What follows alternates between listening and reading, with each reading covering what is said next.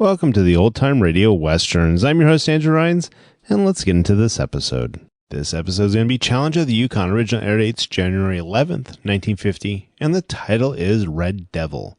Let's get into it, and I hope you enjoy.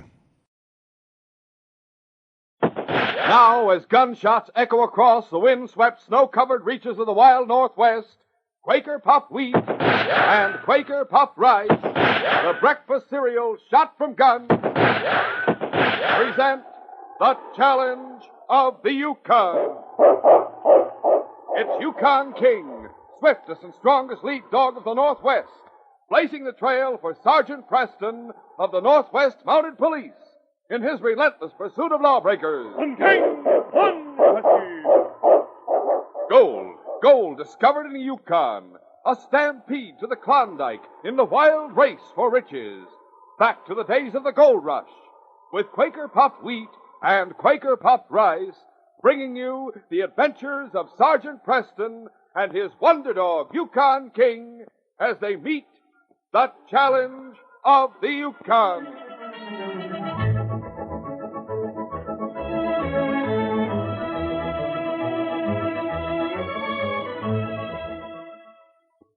At breakfast tomorrow, try this. Pour out a bowl full of crisp, fresh Quaker Puffed Wheat or Quaker Puffed Rice. Add milk or cream, top with fruit, and get set. Yep, get set for the keenest, swellest tasting breakfast ever. Now, did I hear you say, look, nothing could be that good? It couldn't, huh? Well, just you try Quaker Puffed Wheat or Quaker Puffed Rice tomorrow, sure.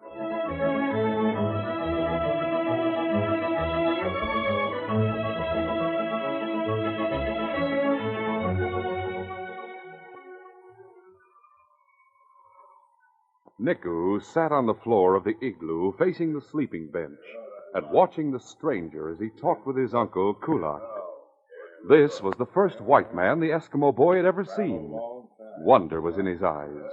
Never had he seen a man with a beard like this before, so thick and black, and never had he seen a knife such as the white man held in his hand. Neither had Kulak, for that matter. He watched the flashing blade constantly, although he spoke of other things. It's not good for man to travel now. The wind is a whisper, but soon it will change. The storm will come. It will last for many days. After a sleep, I must go. One of your dogs is lame. He cannot travel far. Yes, that is true. I must find another dog. The men were silent for a moment, and in that moment, fear took possession of Niku. This was trading talk. The man was offering the knife for a dog, and Niku was afraid he would choose his own dog, the black husky he had named Tonak. I have many dogs. Yes, I've seen them. They sleep in the tunnel with my dogs. They are good dogs. Yes, they are good dogs. This is a good knife. There's no life like this within 1,000 miles. The blade is sharp enough to cut a hair. Yeah, I'll show you. The stranger pulled a hair from his head. A flick of the blade, and it was cut in two. It is a good knife. But it would not be wise to trade a dog for a knife. No, it not be wise. Buckland does not talk to you. No, Kulak, but there is wisdom in his speech. Man can make knife of whalebone, but without dog he's nothing. A boy is nothing. Hold your tongue. A man can't make such a knife as this from whalebone. And if a man has many dogs, it is a small thing to lose one of them. But it must be a good dog, or I will not part with a knife. All Kulak's dogs are good. But there is only one I want. Name the dog. It is the black. No, Kulak. Tonak is mine. Hold your tongue. He was given to me by my father before he died. The black husky is the one I want. You cannot have him. The black husky shall be yours. No, Kulak. He is not yours to give. He is the price you pay for food you eat. The dog is yours, Buckland. Give me the knife. No, Kulak. Oh, no. Not yet, Kulak. It may be that as we sleep, the boy will turn the black dog loose. This cannot happen. He shall have the knife when the dog is hitched with the rest of my team and I'm ready to leave your village. So be it. Tonak! No, Kulak, no! There was nothing that Niku could do, and he knew it. But when the others were asleep, he put on his parka and crawled into the tunnel where the dogs were sleeping. Some of them growled at him. Tornak, though, raised his head and whimpered a greeting as the boy put his arm around him. Tonak, the stranger will take you away with him when he goes. There is nothing I can do to stop him. If I turn you loose, Tonak, where would you go? Where would you find food? I would go with you as the stranger sleeps, but then we both would surely die. No, Tonak, you must go with him, because Kulak is greedy for the shining knife. Tonak, someday I will find you. Someday we will be together again. Someday, Tonak, I promise. The stars were still shining as Buckland prepared to leave the village, for there is no day during the long winter above the Arctic Circle. Tornak was harnessed just in back of Buckland's lead, but these were strange dogs, and he fought to be free until Buckland lashed him with his long whip. Hey there! No, don't beat him. And make him be quiet. Tonak, I have told you, you must go with the stranger. Yeah, that's better. And now the knife. Yeah, here it is. I must warn you, Kulak. There's powerful magic connected with a knife. If men come this way and ask for me, you must tell them nothing. You must hide the knife until they have gone. Tell all the men in the village, Kulak. If anyone speaks of me, the knife will turn against you. You will die. Do you understand? I will tell the men. No one will speak of you. Good. Steady. Push!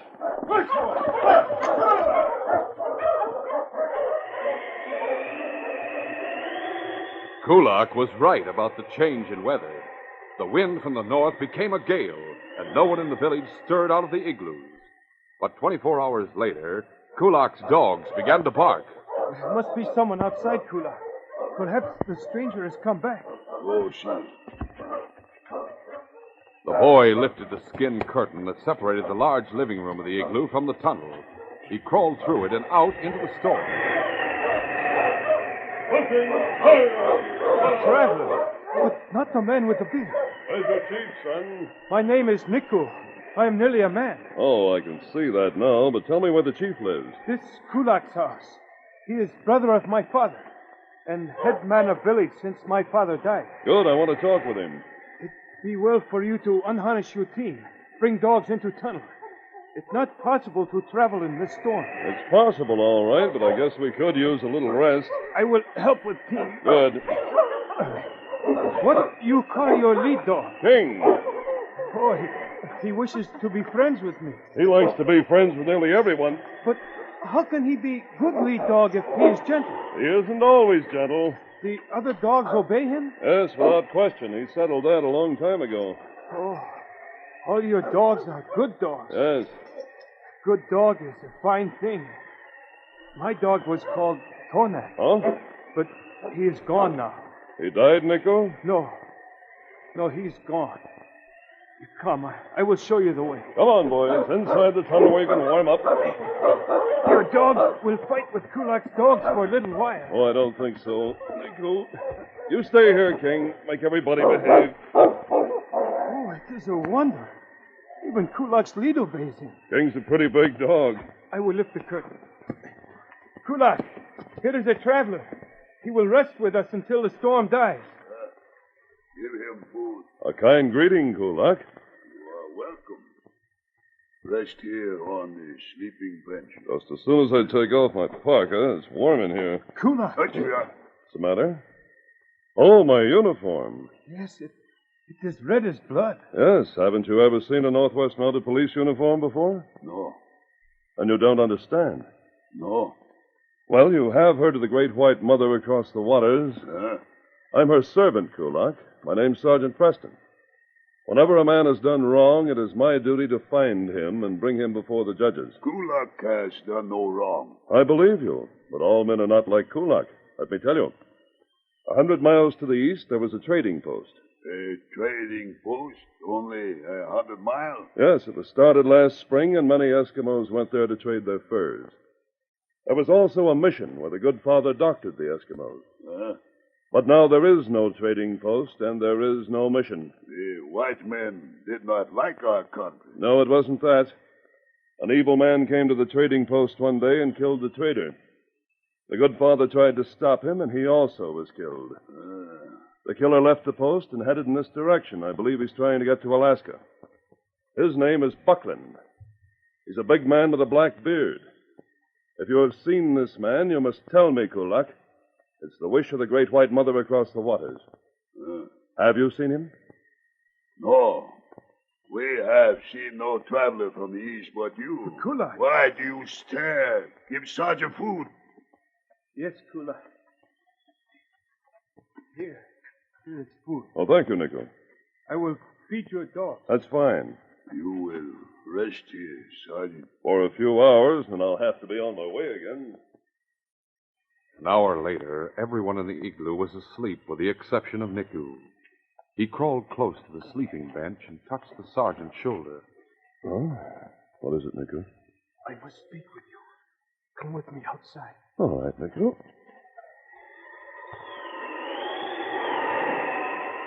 And a moment later, outside the igloo... What is it?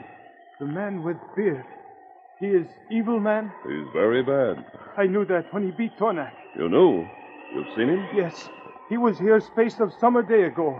You will take him before judges so he cannot beat Tornak. You can depend on that, Nico. Oh, What's the matter? Kulak. I saw him in the tunnel. He has heard what I told you. You don't have to worry about that. He should have told me himself. He will kill me after you have gone. But it does not matter. What are you saying, Nico? It is true.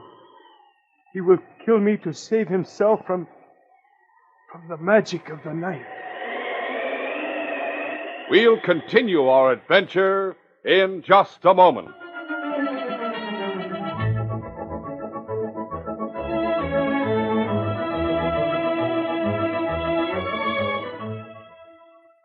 You know, fellas and girls, I was out walking one night. It was a beautiful night, full moon and everything. And, well, sir, maybe you won't believe it, but here's what happened. Hello, down there. For a moment, I didn't realize who was talking to me. Hello. Then I saw him.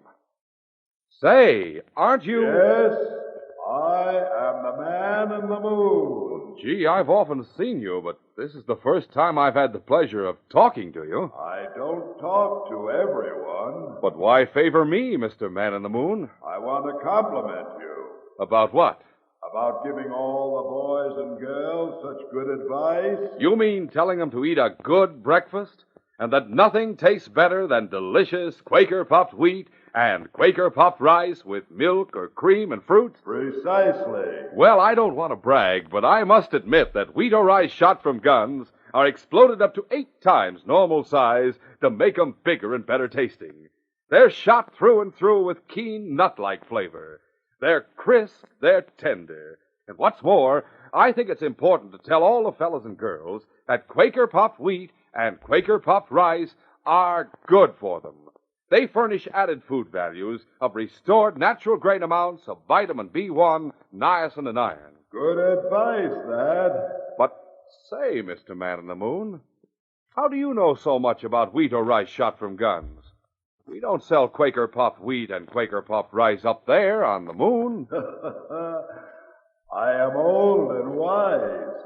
The man in the moon knows many, many things. Well, sir, fellas and girls, what do you know about that? One thing, though, and this is for sure. Unlike the man in the moon, you can always enjoy nourishing, tasty breakfasts of Quaker puffed wheat or Quaker puffed rice morning after morning. Grocers everywhere down here have crisp, fresh wheat or rice shot from guns. But mind you, it's never sold in bags or bulk. Always look for the famous big red and blue package with the smiling Quaker man on the front.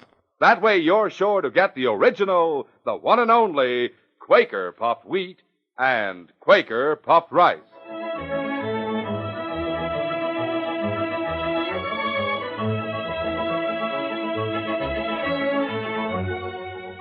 Now to continue. The sergeant looked with concern into Niku's face after the boy announced that Kulak would kill him for what he had said. What are you talking about, Niku? To save himself from the magic of the knife, what knife? Kulak traded my dog for knife with shining blade. The bearded man said there was great magic in it. And he told Kulak not to tell anyone about his being here. Yes, Sergeant. He said if anyone told, Kulak would die. The knife would turn against him. I do not believe in such magic. You have a lot of sense, Niku. But Kulak believes. He will kill me. No, he won't. Take me with you, Sergeant. Take you with me. In this storm? I have traveled in worse storms. I can help you find the man with beard. But this is your home. I won't be coming back here. No, I am not wanted here. And I have heard there are schools where one can learn the speech and ways of the white man. I would like to go to such a school. You're a smart boy, Niku. I think you'd do well in a mission school. Take me with you, Sergeant. That sounds like a good idea. I'll put the fear of the Queen in Kulak, but even so, I wouldn't feel safe in leaving you here. Superstitions are almost impossible to fight. Well, settled. Come on, we'll tell Kulak. Kulak made no objection to Niku's leaving. In fact, he was glad to be rid of him. The sergeant called the men of the village together and delivered a lecture on cooperating with the law. Then he and Niku started out. Hunting! Hun, Husky! Their course lay across the frozen surface of the sea. The wind roared down from the pole, whipping the snow in the air to a height of 30 feet. It was bitter weather, and after traveling many long hours, the huddle of igloos in the icy waste was a welcome sight. Hunting! Think we'll find the man with the beard here? Oh, yes. Even with Tornak, his team is not as good as yours. He is not strong as you. We will find him here. Look, Niku. The men are coming out of their igloos. Sergeant, they carry spears. We are not welcome here. I'll find out why. Hooking! Ho, you Husky! Hunter! You stay here, Niku. The sergeant walked toward the village, and as the figures of the Eskimos became clear through the whirling snow, he saw one of the men raise his spear. The sergeant whipped out his gun and fired into the air. With wild yells, the Eskimos turned and ran. Stop! I come in peace! In spite of the sergeant's shout, the Eskimos disappeared into their igloos. The sergeant started on once more, when a volley of shots rang out from one of the snow huts. He dropped to the ground and fired in return. King! Get the team turned around! He began crawling back toward the sled, and as he did so, the wind increased in violence, and a curtain of driven snow blotted out the village. He leaped to his feet and ran back to the team. King had the team turned around, and the sergeant leaped on the runners of the sled. On King! Great Dog leaped forward along his back trail.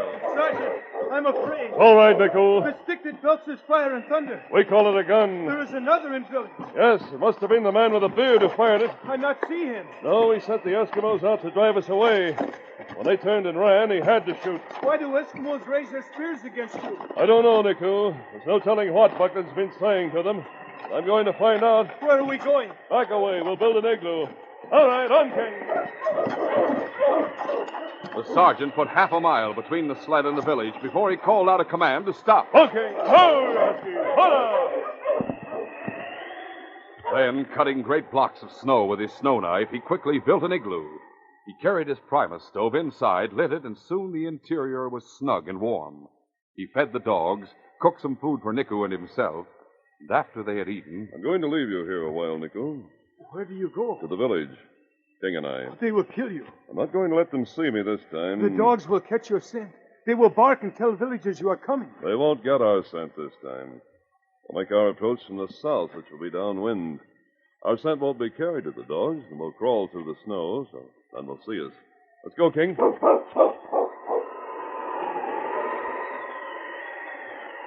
Outside the cabin, it was impossible to see more than 20 or 30 feet ahead. But using his compass, the sergeant made a wide circle to the south, counting his steps. At last he stopped and dropped to the snow. Village should be due north of us now, King. Crawl until we get there. It was 10 minutes later that the igloos loomed ahead through the snow. The sergeant headed for the one at the edge of the village. He reached its tunnel without being seen. He pushed aside the block of snow that filled the entrance.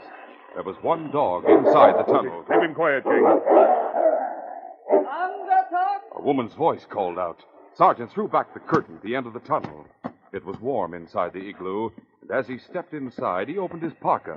The Eskimo woman inside saw his uniform. Red devil! Be quiet. The woman picked up a knife and started for the sergeant, but he caught her wrist and twisted it from her grasp. I won't hurt you. Tell me why you called me the Red Devil. Let the seal come back. We are starving. We have no meat to eat. The flame in our lamps is low. So you haven't been catching any seal. Oh, no, we have not. And it's my fault, I suppose. Yes. Who told you that? The man with the black beard? Yes. What else did he tell you? That if you are killed, we will find seal again. Anything more? That if you enter the village, we will start together. Now we are lost. No, you're not. Where is the man with the black beard? In the singing hut. Who's with him? All the men of the village. My husband Angetok cast a spell on you. Oh, so your husband is the shaman. Yes. But he has failed. Now listen to me for a minute. He has failed. He has Just failed. be quiet and listen. I'm not a devil, I'm a man. I'm the servant of the Great White Mother across the waters. I'm Sergeant Preston of the Northwest Mounted Police. I've come here to arrest the man with the black beard who has killed 2 men. Going to take him before the judges who will punish him for his crime. No. No, the men will not let you touch him. They will die first. I'm going to change my mind about that. I'm going to prove to your husband and the other men that I'm a friend. Friend? I mean no harm to anyone in this village. That's why I'm not going to make an arrest now. But tell your husband this, and don't let him tell anyone else, especially the man with the beard. I'm going away, and I'll return with seal, so that you will have food and fuel, which will prove I'm a friend, won't it? Yes. Give me one of your husband's harpoons. Beside the lamp. Good. You'll tell your husband, and only your husband. If you bring back seal when there are no seals, then you are good spirit, not bad one. I'm only a man, a policeman. I will tell my husband. The sergeant left the village under cover of the storm and returned to the igloo he had built. Niku was pathetically glad to see him. I was afraid, Sergeant. I was afraid they killed you. Don't worry, Niku. I found a way to help the villagers and make them our friends. How? You remember back about 20 miles when the dogs tried to head out to sea and King had a hard time keeping them straight? Yes. They had caught the scent of seal. Right. That's where we're going. Here, King. At the scent of this harpoon. Find seal, King. Seal. Sergeant, he understands. Yes, he'll lead us to the right spot, won't you, boy? And so once again, Sergeant Preston and the Eskimo boy braved the Arctic storm for long hour after hour. It was King who let them know when their destination was reached, for there was no sign that a man could recognize in that white wilderness. All right, boy. Ho there! Ho! King was unharnessed, and the sergeant followed him, harpoon in hand, across the trackless snow. At last, the dog stopped and looked up at his master. An air hole here, King? Sergeant probed through the snow with his harpoon and found the seal's air hole. Then he built a windbreak on the north side of it as a protection against the bitter northern gale. Now we wait, King. The sergeant crouched with his harpoon ready, watching a slender piece of whalebone which he had thrust down through the snow to the open water beneath it. He waited without moving a muscle for 1 hour, for 2 hours, for 3 hours. And during all that time, King crouched in the snow as motionless as his master. Then the piece of whalebone rose and fell, and the sergeant struck. Got him, King! It was Angatok and his wife who first heard the sergeant's dog team. What? A traveler. It is the man with the red coat, I know. We will see. Come. Together they hurried from the igloo. The wind was dying down, and only an occasional flurry of snow blurred their sight. They could see the team, the sled, the man, and the boy clearly. It is he. The villagers joined the shaman and his wife. It is the Red Devil again. We must wake the man with the beard, or the Red Devil's fire stick will kill us. No! No, this man is our friend. Yes, it is true. Look, on the sled. A seal. A seal! Hear my words. This man is servant of the Great White Mother across the waters. He comes as a friend, bringing us food, We must welcome him as friend. But at that moment, Buckland elbowed his way through the crowd. He carried a rifle, and he leveled it in the sergeant's direction. The shaman's wife screamed. At that moment, a terrific gust of wind hit the village, and a solid wall of white obscured the sled, but only for a second. The wind died, the snow cleared, and Buckland raised his rifle once more. There he is. His target was no longer straight ahead. The sergeant had swerved to the left and was heading for the rear of the shaman's igloo. Buckland shifted his aim, but now the sergeant was in pistol range, and his gun spoke before Buckland. Buckland had misjudged King's speed, and his shot passed behind the sergeant, but the sergeant's bullet struck the killer in his right shoulder. Still, he took aim again. I'll get you this time. He never pulled the trigger. The sergeant's second shot caught him in the right arm, and the rifle dropped to the ground. King swerved to the right at the sergeant's command and drove straight toward Buckland and the villagers. A second later, the sergeant halted the team. Well, Buckland, it's been a long chase. You're under arrest in the name of the Queen. You have kept your promise. You have brought us food. Yes, Shaman. Before I leave with my prisoner, I'll take you to the place where the seal are. Good spirit. We will move our village to this new place. Sergeant, here's Tornak. Oh? May I have him back? Of course you may, Niku. He'll travel with us to Herschel Island. The school is there? Yes, Niku, and both you and Tornak will be welcome there. And you? I'll be taking my prisoner on to Dawson. There's no doubt of your guilt, Buckland. I have the testimony of the Indians who saw you kill the traitor and the priest. When you face the judge in Dawson, this case will be closed.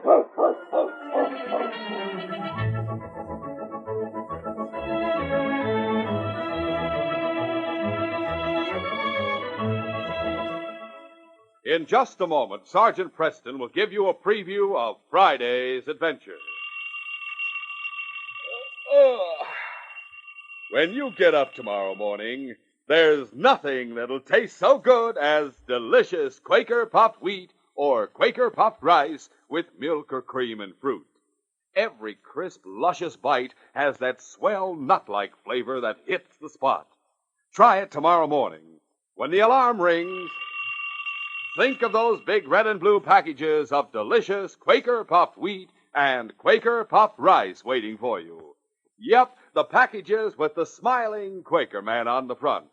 That's the sure and only way to get the original, crisp, fresh Quaker puffed wheat and Quaker puffed rice. They're never sold in bags or bulk. Listen Friday when Sergeant Preston and Yukon King meet the challenge of the Yukon in the case of the miners' meeting. When King and I reached Gonaway Creek, young Johnny Johnson, found guilty of murder by a miners' meeting, already had the noose around his neck. We didn't know then that the real criminals were part of the mob who were about to hang him. But the moment came when we were facing death and the killer's guns. Be sure to hear this exciting adventure Friday. These radio dramas, a feature of the Challenge of the Yukon Incorporated, are created by George W. Trendle, produced by Trendle Campbell Enterprises, directed by Fred Flowerday, and supervised by Charles D. Livingston. The part of Sergeant Preston is played by Paul Sutton. They are brought to you every Monday, Wednesday, and Friday at the same time by Quaker Puffed Wheat and Quaker Puffed Rice, the breakfast cereal shot from guns.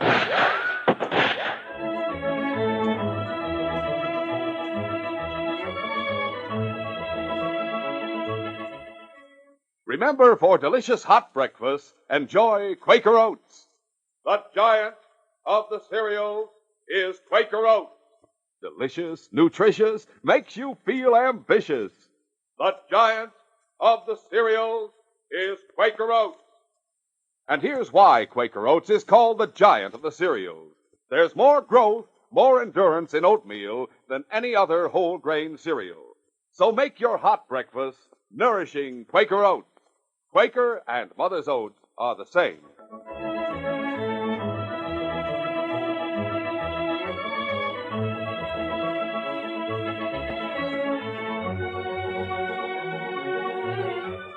This is J. Michael wishing you goodbye, good luck, and good health from Quaker Puffed Wheat and Quaker Puffed Rice.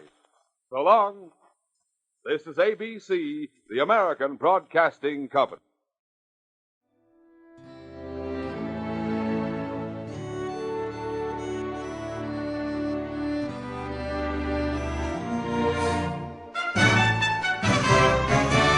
This has been a presentation of OTRWesterns.com, and we hope you enjoyed. Please take some time to like and rate our shows in your favorite podcast application. Follow us on Facebook by going to OTRWesterns.com/Facebook. Join in the conversation by going to OTRWesterns.com/Discord. And don't forget to send us an email, podcast@OTRWesterns.com. This episode is copyright under the Attribution Non-Commercial Share Alike copyright. For more information, go to OTRWesterns.com/copyright. Have a great day, and again, thanks for listening.